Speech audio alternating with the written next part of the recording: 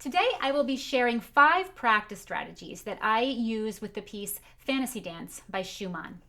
Robert Schumann lived from 1810 to 1856, so he was a romantic composer, and I just love his music. It has so much imagination and passion, and I love the different layers of sound that and the textures that he writes. So today we'll specifically be talking about the melody and the melodic material, and I hope you find these practice steps to be helpful. This is Opus 124, number 5, Fantasy Dance, and it's in the key of E minor. So let's go ahead and take a look at the music. So the first practice strategy I'd like to share today is called skeleton practice. A skeleton is, obviously inside our bodies. It's holding us up. It's the outline. It's not the skin and it's not the hair and everything else. It's the bare bones of what's going on in the musical line. So that's what we can do that in our practice as well. And it's a very helpful step. So I'm going to go ahead and put this first practice bracket in this berry color here.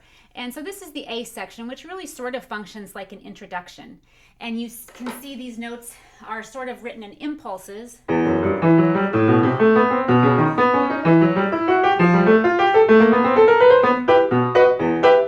then you would repeat that.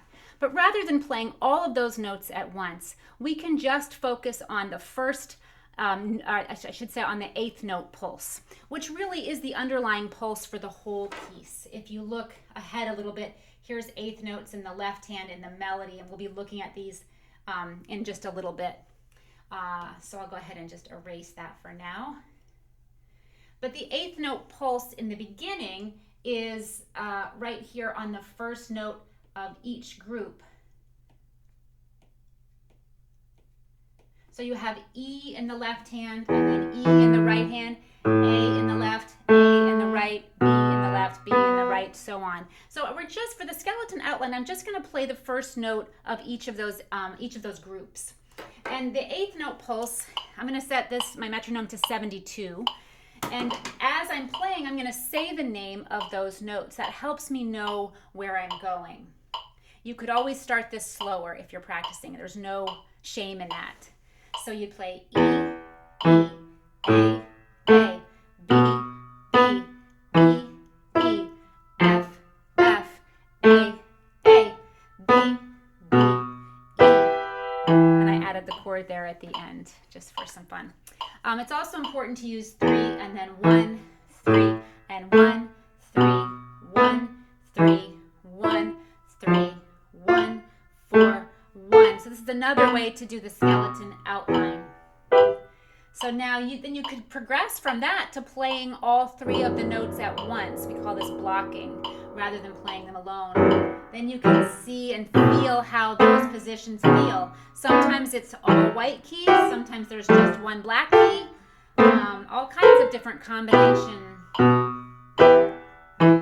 Those are different ways you can skeleton practice. And then finally you can go to playing, and you can hear how each of these groups starts with the 8th note. And you really will drop into each of those pulses too. Dropping in, dropping in.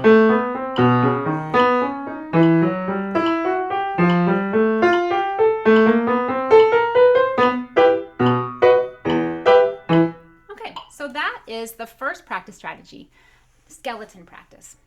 So for the second practice strategy, we will be moving to the left hand.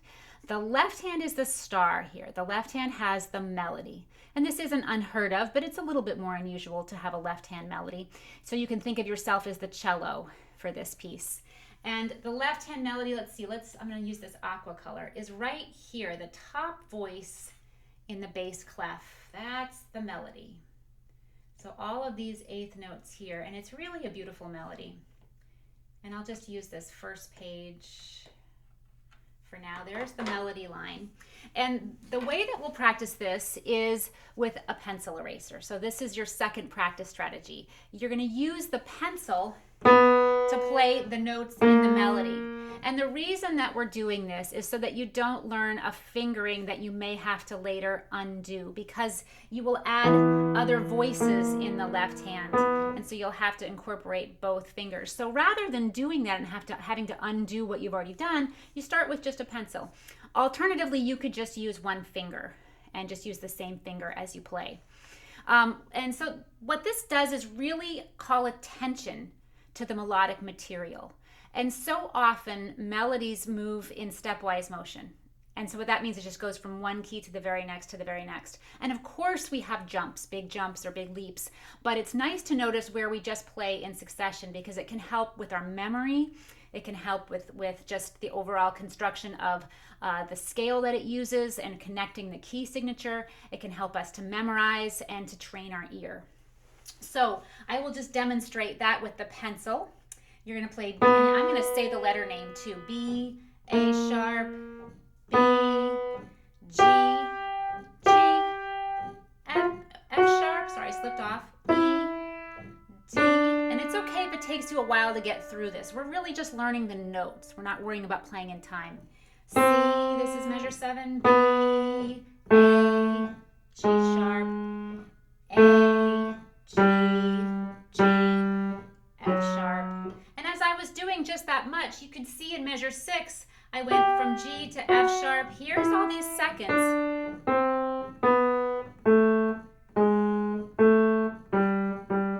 So this helps me to memorize when I know I can count on all those notes being in right in a row. So that is pencil eraser practice for number 2. For number 3, the third practice strategy is the legato fake out. So if you notice the left hand, we had been talking about the melodic line. The melody is also written with these curved lines over the top. They're kind of hard to see there, so I'm tracing over them in this green color.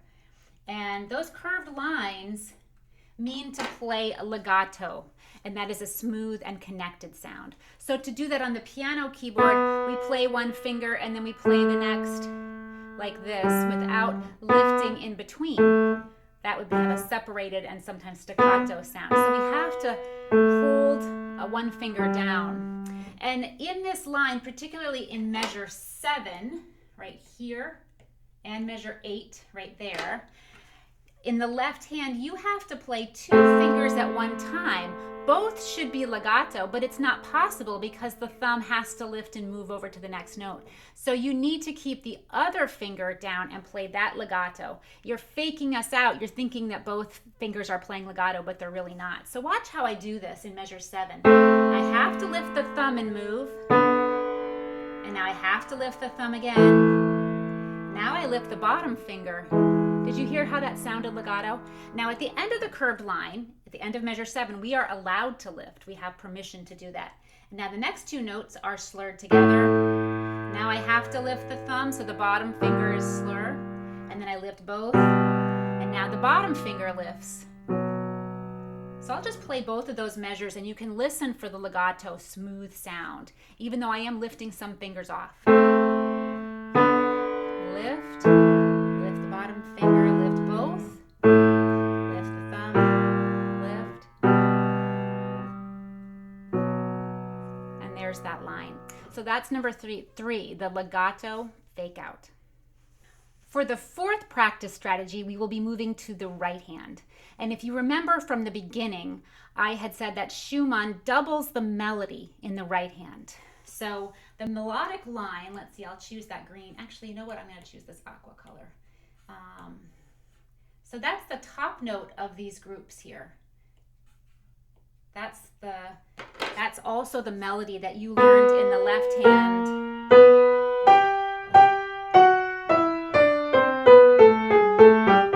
But we're not playing it that way. He actually offsets the melody like this, along with a bunch of other stuff. So it's really cool how he's done this. So to practice that, to further increase your good listening for the melodic line, you can play that melody note and then add the intervals below. And that's a third. Now this is not the way it will be played, but this helps to reinforce the melody. So the number 4 is called melody plus intervals.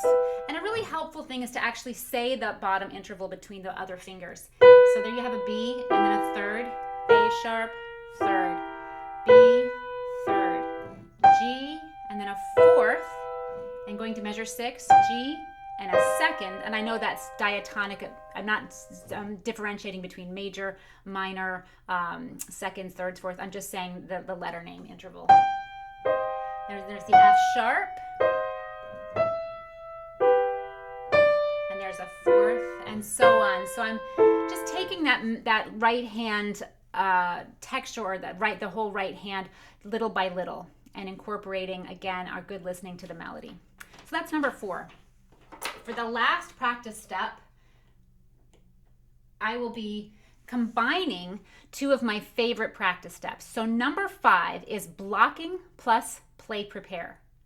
Blocking is where you play notes all at one time. So I will use this purple color, and I'm going to circle those 3 notes in the right hand like this, and I'm going to actually number each of these positions, 1, 2, 3, 4.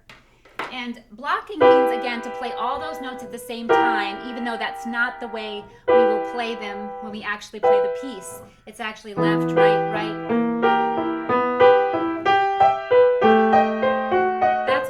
That's how it will be played in the piece. But to block, we go from one position to the next, to the next, and to the next. But to get from one to the next, the best way I know to practice moves is something called play prepare. Now, this is tricky for students to get, but what you're doing is you're playing the first position. So this is number 1, and you have to get quickly from number 1 to number 2. But we're not just doing that without thought. That wouldn't be very effective. We play the first position, and then we prepare on the second position. So this is 1 to 2. The same energy we use to play number 1 propels us to number 2. So here's number 1 going to 2, and we can take as much time to think in between each one. This is now 2 to 3. Play, prepare. Now 3 is going to 4. I look where I'm going, play, prepare. Okay, so it's not play, play, play. That will come later. But for now, it's play, prepare. Touch those keys. Play, prepare. Play, prepare. And I'm just going to continue into measure 6. You can see how quickly my hand moves. I knew a teacher once who called this squirrel practice because squirrels move so fast. It's like they're a different conception of time than we are.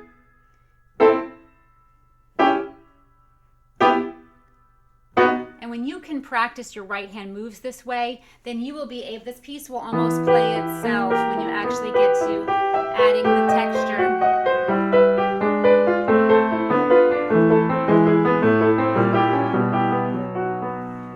I hope that this video was helpful for you in learning these 5 practice strategies to play this wonderful piece. If you could write me some comments, I would really appreciate it. Give me a like or share this with somebody who you think would enjoy it. Thanks so much.